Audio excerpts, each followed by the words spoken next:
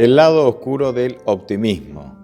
Un título que, a mí me llamó mucho la atención cuando empecé a leer, cuando Dios me guió a leer sobre este material. Siempre tuve un concepto muy positivo del optimismo, pero resulta ser que el optimismo también puede tener un lado oscuro. Y hoy pretendo, con la ayuda de Dios, compartir una breve reflexión en cuanto a esto, obviamente siempre con sustento bíblico, pero he orado para que sea para nuestro crecimiento espiritual. Hay un concepto, hay un término que descubrí no hace mucho que se llama positividad tóxica. Debo confesar que estaba con mi esposa charlando con una gran amiga, con Yael, y Yael no me dio este término, pero sí me mencionó lo que significaba, ¿no? Los peligros del optimismo extremo, vamos a decirlo así. Y a partir de ahí quedó rebotando esto en mi cabeza y se viene a materializar algún tiempo después en esta reflexión. ¿Qué es la positividad tóxica? Este término fue descrito o fue pronunciado por el psicólogo Konstantin Lukin y se refiere a la actitud de optimismo excesivo. ¿Sí? Interesante esa descripción. Es la actitud del optimismo excesivo y permanente en cualquier circunstancia. Pareciera que muchas veces nosotros que admiramos a personas que son extremadamente positivas en cualquier circunstancia, no necesariamente eso puede ser bueno. Es decir, podría existir la posibilidad de que eso tenga connotaciones negativas. ¿Por qué puede ser perjudicial este optimismo excesivo? Porque, entre otras cosas, distorsiona la realidad, la niega, ¿sí? Y minimiza todas las otras emociones que atentan contra el optimismo. ¿Dónde nace esta actitud de optimismo excesivo? Es probable que nazca, que su origen surja de la misma sociedad en que vivimos, que es una sociedad que recompensa, que premia el ideal del éxito y el ideal de la felicidad, el ideal de alcanzar las metas a cualquier precio. Yo resumiría este asunto del optimismo excesivo o tóxico, ¿sí? Con 4 características. Podría mencionar algunas más, pero creo que hay 4 grandes características que identifican a este optimismo excesivo o tóxico. En primer lugar, el optimismo excesivo o tóxico tiende a que nosotros tengamos expectativas irreales, es decir, expectativas no reales. Entonces, cuando no se cumplen esas expectativas, y es muy probable que no se cumplen porque son irreales, es decir, son no reales, cuando no se cumplen, caemos en grandes frustraciones. La segunda característica es que aquellos que de alguna manera tienen esta característica o adoptan esta característica de optimismo excesivo, tienden a mentirse, tienden a engañarse, creyendo que todo va bien, que no hay dificultades y que los problemas se solucionarán con facilidad, ¿sí? Que las metas serán alcanzadas, ¿sí? Y que los problemas se pueden superar con facilidad. Y no siempre es así. La vida nos ha enseñado que no siempre es así. Y cuando no se cumplen estas cosas en el término que uno espera, esto genera frustración. En tercer lugar, aquellos que adoptan esta actitud de optimismo excesivo ven solo lo que quieren ver. O sea, se colocan una especie de anteojos, simbólicamente hablando, en donde ven solo lo que quieren ver, negando la realidad e ignorando deliberadamente cosas que son obvias. O sea, negando la posibilidad de que hay cosas que pueden salir mal y ignorando deliberadamente, o sea, a propósito, ¿sí? Deciden ignorar otros aspectos, ¿sí?, que podrían darle otra connotación o que podrían hacer que el camino que estemos tomando tome otro rumbo. Prefieren ignorar la realidad para de esa manera solo mantenerse enfocados en una cosa. Pero claro, al ignorar estas realidades y estas situaciones obvias, es muy probable que aparezcan y cuando aparezcan no sepamos cómo manejarlas porque las estuvimos ignorando. Y eso también genera frustración. La cuarta característica de aquellos que adoptan esta actitud de positivismo tóxico o optimismo excesivo es que para ellos no existen alternativas. Es decir, hay un plan y no hay más que un plan. Porque pensar en un plan B es considerado una especie de derrota, o falta de fe, falta de confianza, y pensar en un plan B puede hacer que yo desista del primer plan, del plan A, y entonces eso es derrotista, así que no hay un segundo plan. Bueno, lo que les comentaba es que justamente cuando nosotros tenemos este nivel de expectativas y no se cumplen, esto nos lleva invariablemente a situaciones que generan angustia y ansiedad. Angustia y ansiedad. ¿Por qué cuento esto? ¿Por qué cuento esto en una reflexión bíblica, o una reflexión que pretende ser bíblica? ¿O por qué arranco así con el tema, con este tema? Porque yo veo en los discípulos, ¿sí?, cuando la Biblia describe la actitud de los discípulos durante el ministerio de Cristo, veo en los discípulos estas cuatro características. Y déjenme mencionarles. Por ejemplo, la primera. Tenían expectativas irreales en cuanto a quién era el Mesías, o sea, en cuanto a la persona del Mesías y en cuanto a su ministerio. Obviamente tenían expectativas irreales.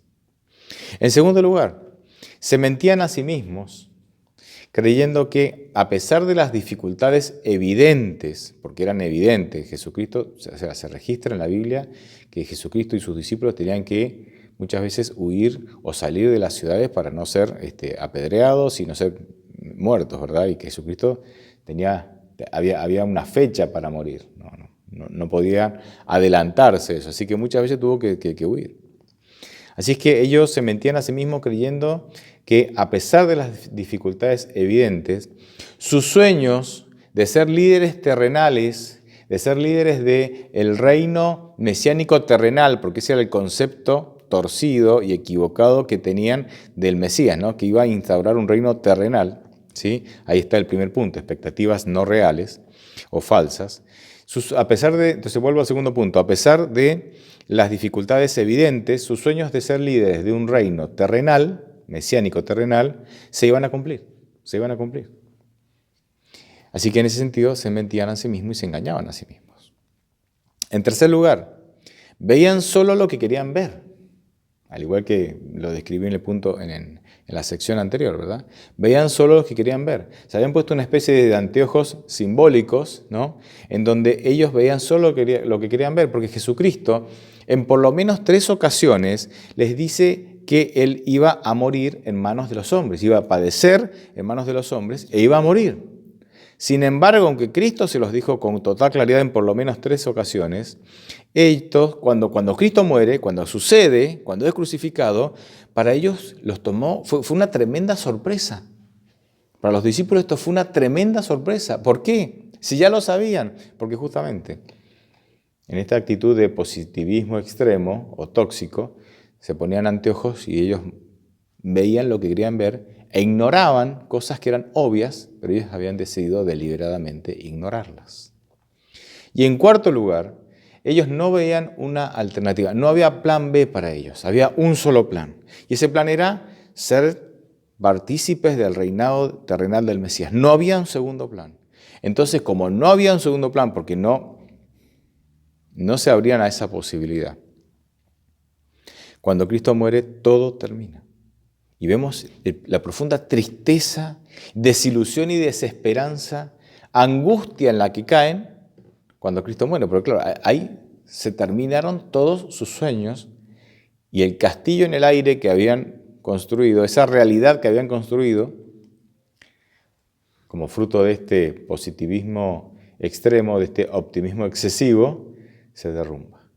Lo que ellos no sabían es que la muerte de Cristo no era el final, porque Cristo también les había dicho que luego de morir, al tercer día, resucitaría. Pero claro, ese plan no podía ser contemplado porque no aceptaban e ignoraban premeditadamente la idea de que Cristo muriera. Así que veo en la vida de los discípulos, veo en el ministerio de los discípulos, mientras caminaban con Cristo, aprendiendo de Él y siendo preparados por Él, estas 4 características del optimismo excesivo. Y esto a mí me llama la atención y tiene que ser una instancia de aprendizaje para nosotros también.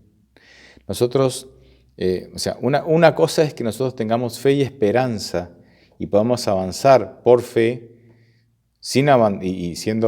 teniendo como meta la esperanza, en este caso la segunda venida de Cristo. Y eso está bien. Dios nos anima a llevar una vida basada en la fe. Pero no podemos ignorar un sinnúmero de situaciones obvias que tenemos que enfrentar. Quisiera yo, de alguna manera, ahora darles algunos pocos ejemplos y después terminar con un testimonio que me parece muy ilustrativo, que de alguna manera va a enseñarnos a vivir de manera realista, por lo menos esa es la intención que tengo con esta reflexión. Algunos consejos para no caer en el optimismo tóxico.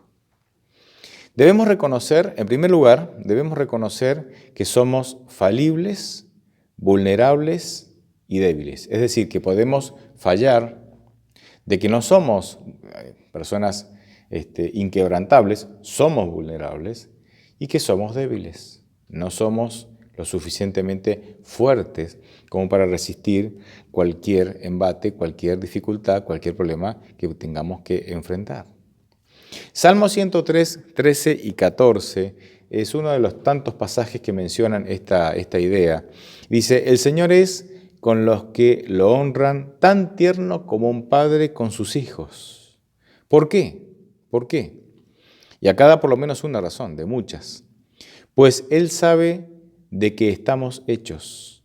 Sabe bien que somos polvo. Dice, Dios sabe de qué estamos hechos. Somos polvo. ¿Qué quiere decir esta expresión somos polvo? Somos débiles, somos insignificantes. Y Dios es tierno y nos cuida, ¿verdad? Como un padre cuida a su hijo, porque reconoce que nosotros no podemos y nos ama y entonces por eso está siempre ahí para sostenernos. Tenemos que entender que somos débiles. Esto no quiere decir que no podemos hacer nada, porque Cristo mismo diría, a través de Pablo, todo lo puedo en Cristo que me fortalece, Filipenses 4:13. Es evidente que uniendo nuestra debilidad al poder de Dios, que fue la experiencia de Pablo en 2 Corintios 12, obviamente se pueden lograr grandes cosas, y hay muchos ejemplos en la Biblia, pero nosotros no podemos ignorar nuestra debilidad. Un segundo consejo es que nosotros, puede ser positivo expresar nuestras tristezas. Yo sé que hay personas que son el otro extremo, ¿no? Negativos crónicos o negativos tóxicos, tal vez habría que algún día desarrollar ese tema, en donde todo es negativo, todo es miseria, todo está negro, y eso obviamente también es malo. Pero yo creo que puede ser saludable expresar nuestras tristezas. ¿Por qué digo esto? Porque la Biblia, en los Salmos y en muchos otros lugares, vemos diferentes autores bíblicos expresando emociones, tanto emociones positivas como negativas, o sea, tanto alegrías como tristezas. Puede ser positivo expresar tristezas, porque eso también de alguna manera nos ayuda a aliviar, es una actitud de descarga, ¿no? De aliviar nuestra vida, nuestra mente, de esa carga negativa. Pero por sobre todas las cosas, porque Jesucristo también manifestó emociones positivas y otras, que no sé si decir negativas, pero manifestó emociones. Por ejemplo, él manifestó en una ocasión, aunque habrá sido en varias, pero en una ocasión, manifestó una profunda tristeza. En Mateo 26:38, ahí en el Getsemaní, Jesucristo dijo a los 3 discípulos que lo acompañaban, ¿no? Quédense aquí y velen conmigo, porque siento en el alma, es decir, en todo mi ser, una tristeza de muerte. O sea, aquí no está hablando de una tristeza que todos podemos tener, una profunda tristeza, una tristeza de muerte, una tristeza que lo llevaba a sentir que iba a morir o al deseo de morir, una profunda tristeza. Y acá Cristo está manifestando que Él sentía estas cosas y las contaba. Acompáñenme, velen conmigo, quédense conmigo. Necesito de su compañía, porque no puedo resistir, porque me cuesta resistir esta tristeza de muerte. Interesante que el Mesías haya manifestado esta emoción tan profunda. Cuando en Juan 11, ¿verdad? Versículos 34 y 35, ante la tumba de Lázaro, dice que Jesús lloró. Lloró ante la situación, lloró ante la muerte, la tristeza y el dolor, lloró ante la incredulidad de algunos de los que estaban ahí. No importa el motivo, Jesús lloró, manifestó también este sentimiento. Por ejemplo, también manifestó indignación ante injusticias. En 2 ocasiones, en Juan capítulo 2 y en Mateo 21, se registra cómo Él limpia el templo de los mercaderes, indignado por la injusticia de tratar, ¿sí?, ese edificio, el edificio del templo, para algo para lo cual no había sido creado por Dios. Manifestó indignación y limpió el templo ahí. O sea, puede ser positivo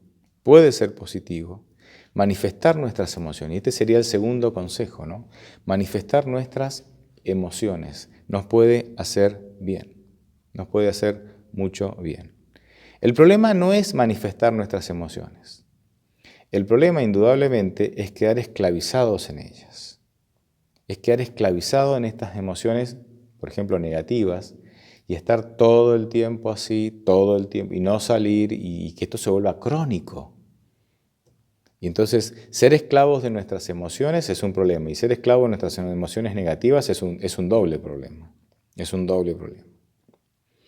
Quiero entonces ahora compartir con ustedes una ilustración que en realidad es un testimonio de alguien que pasó por una situación extrema y sin embargo tuvo una estrategia para salir muy interesante, que yo veo paralelismo o algunas líneas de pensamiento en la Biblia en la manera en que este hombre fue llevado a seguir esta estrategia. Y yo obviamente que creo que no existe casualidad, sino que Dios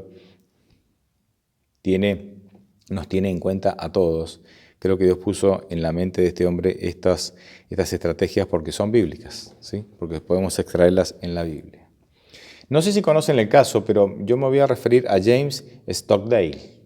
Este hombre fue piloto de avión durante la guerra de Vietnam, entre Estados Unidos y Vietnam, ¿sí?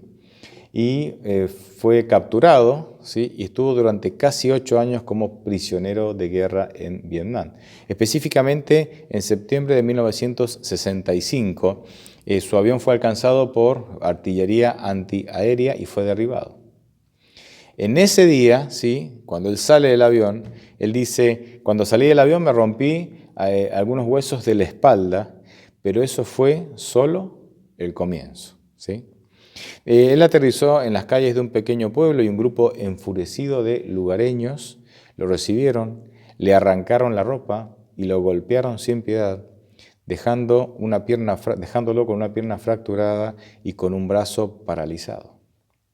James Stockdale terminó en lo que se llamó en Vietnam, en una prisión que en Vietnam se llamó Hanoi Hilton.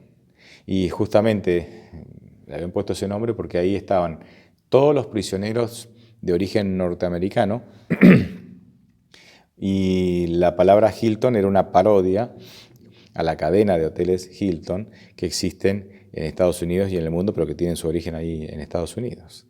Y era uno de los lugares, una de las prisiones más duras y más difíciles que había en Vietnam. Bueno, allí pasó los siguientes casi 8 años, 7 años y medio, en condiciones muy, muy, muy difíciles, torturado constantemente física y emocionalmente, y usando técnicas como palizas, latigazos, asfixia y amenazas de muerte. O sea, y ahí estaba la tortura psicológica, ¿no?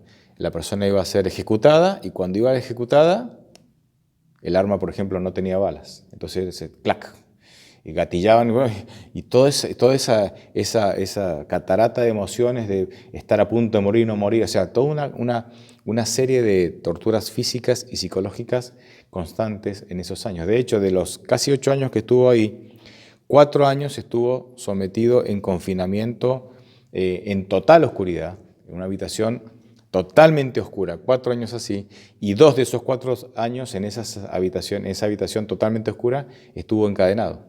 O sea, ni siquiera podía moverse de su lugar. No fue fácil, no fue fácil. Ahora, ¿por qué el caso de él? ¿Por qué estoy mencionando el caso de él? ¿O por qué el caso de él cobró renombre cuando eran muchos los que pasaron por esa situación? Porque muchos de sus compañeros que habían tenido el mismo entrenamiento que él, muchos de los soldados que habían tenido el mismo entrenamiento que él, no resistieron, y él sí. Y él entonces después va a comentar cuál fue su actitud. Y aquí encontramos entonces, y quiero compartirlo con ustedes, y aquí encontramos algunos aspectos muy, muy, muy interesantes. En primer lugar, él tenía algunas cosas claras. Él tenía algunas ideas claras que lo ayudaron a seguir adelante. La primera idea que tenía clara era que él no tenía el control. Esto me parece a mí. Yo suelo hablar de esto del control. Muchas de nuestras angustias, muchos de nuestros pesares, mucho del estrés que tenemos, que sufrimos, es porque pretendemos tener el control de cosas que nunca tendremos el control. Pero bueno, podríamos hablar de ese tema en otro momento. Él tenía claro que él no tenía el control. Él no tenía el control de lo que sucedía día a día. Él no tenía el control de si seguiría vivo o no. Él no tenía el control. Él no tenía el dominio de nada. Su vida estaba a merced de sus secuestradores, vamos a decir así, de los vietnamitas, vamos a decir así. Pero él se dio cuenta que una sola cosa sí podía tener el control. En un solo aspecto, él sí podía tener el control. Y era en la reacción, o mejor dicho, en la actitud que él iba a tener frente a todo lo que iba a vivir. Dice, yo no tengo control de nada. De lo único que puedo tener control es a la reacción o a la actitud que voy a tener frente a lo que estoy viviendo ahora.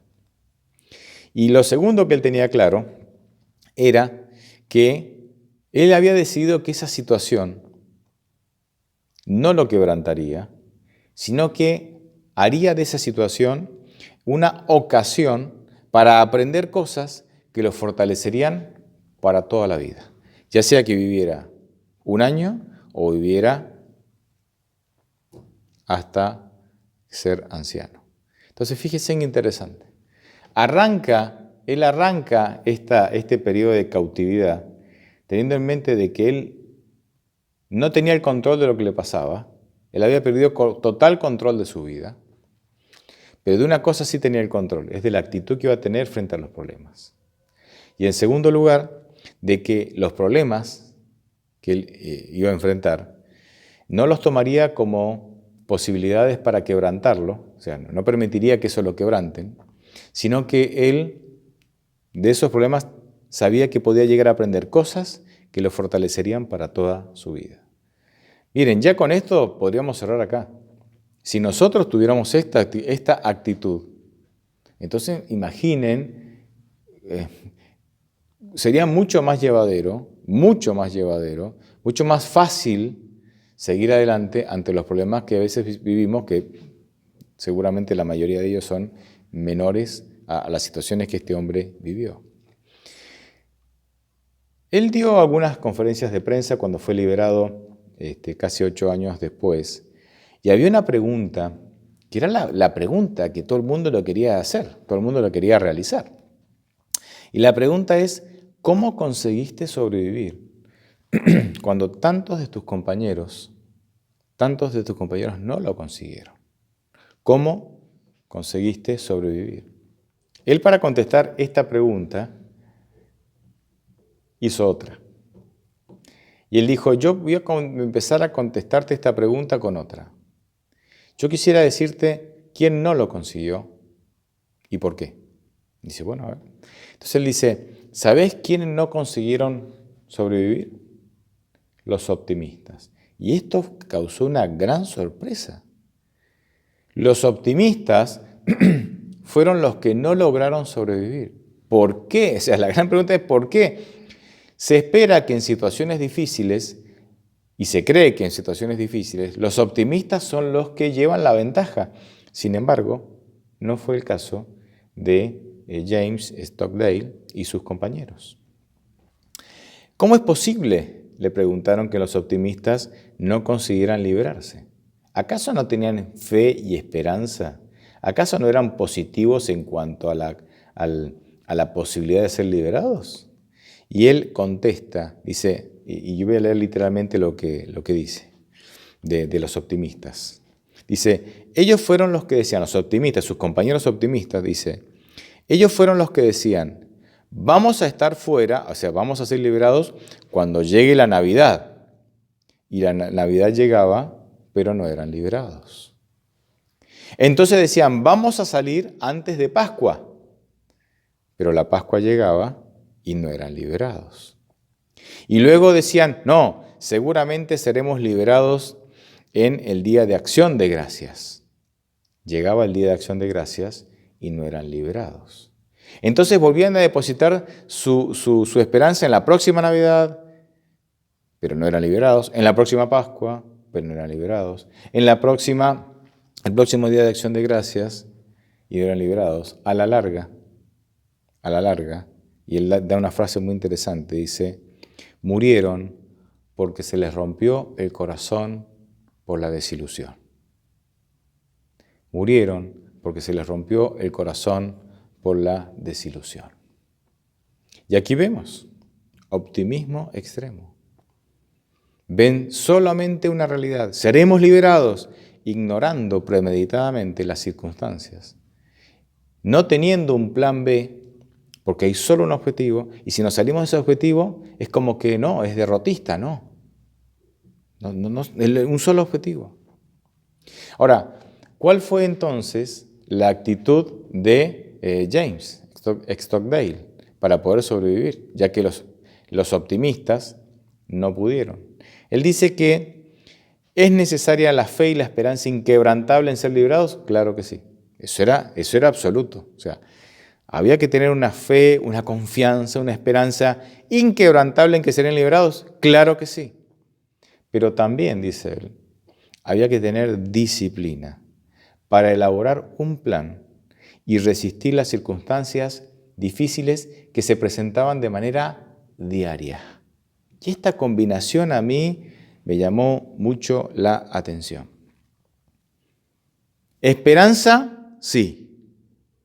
Fe y confianza en que las cosas van a cambiar, que va a suceder. En la liberación, vamos a decir así, en la liberación, sí. Pero también hay que tener un plan. Un plan para enfrentar las dificultades diarias que están ahí.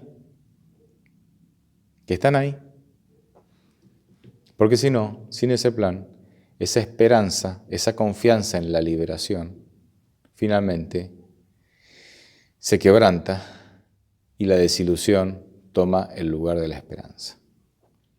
Para nosotros, la esperanza de la segunda venida de Cristo, la confianza en la liberación final de este mundo de pecado, de pruebas y dificultades, debe ser inquebrantable. Debe ser inquebrantable. Pero no podemos quedarnos solo con la esperanza. Necesitamos un plan, necesitamos disciplina, necesitamos un plan para enfrentar las dificultades diarias. Porque si no tenemos ese plan, la esperanza por sí sola no alcanza. La desilusión finalmente tomará el lugar de la esperanza. Dice, el resto de los prisioneros, que incluso eran más optimistas que James, decidieron esperar que las dificultades a las que estaban expuestos desaparecieran.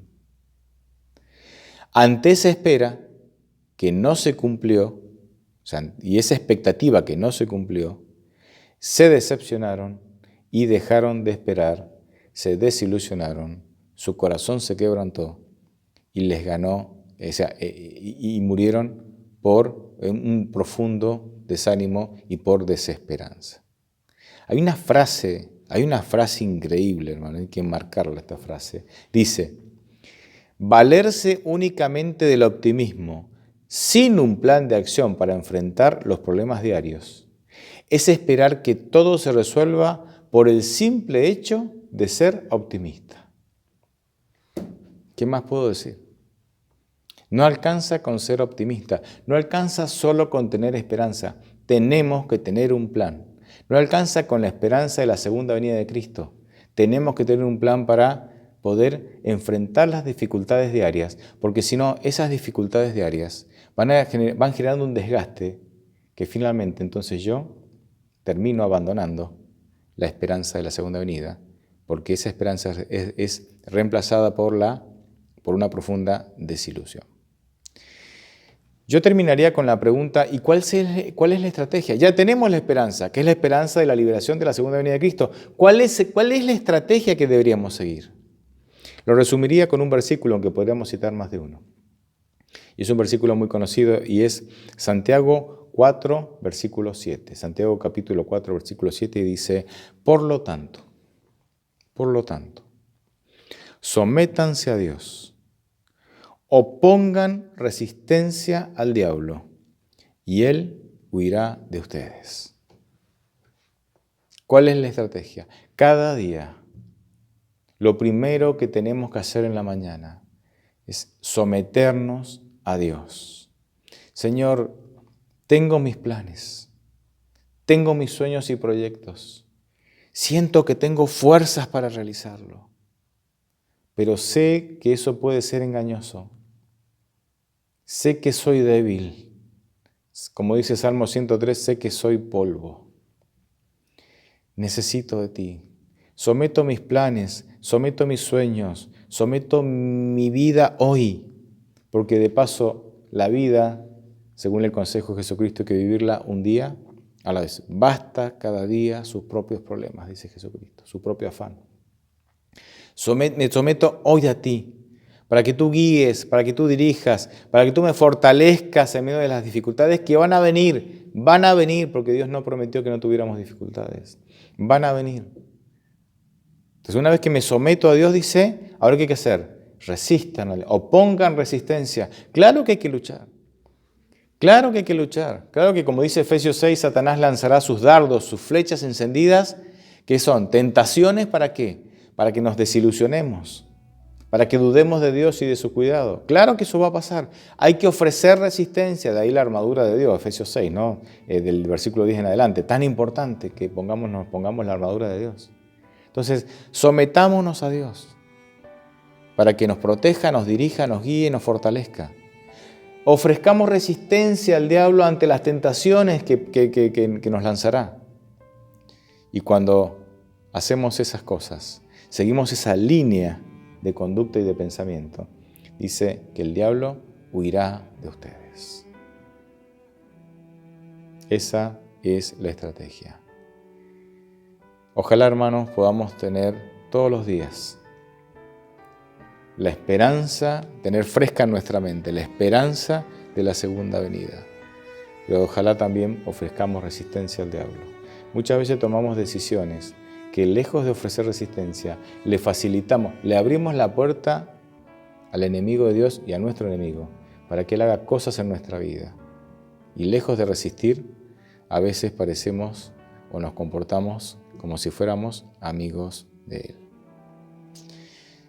Si es así, la desilusión tomará el lugar de la esperanza y pronto abandonaremos, o es posible que abandonemos, las filas del pueblo de Dios. Ojalá esa no sea nuestra experiencia. Ofrezcamos resistencia habiéndonos sometido a Dios y las victorias llegarán. Dios te bendiga.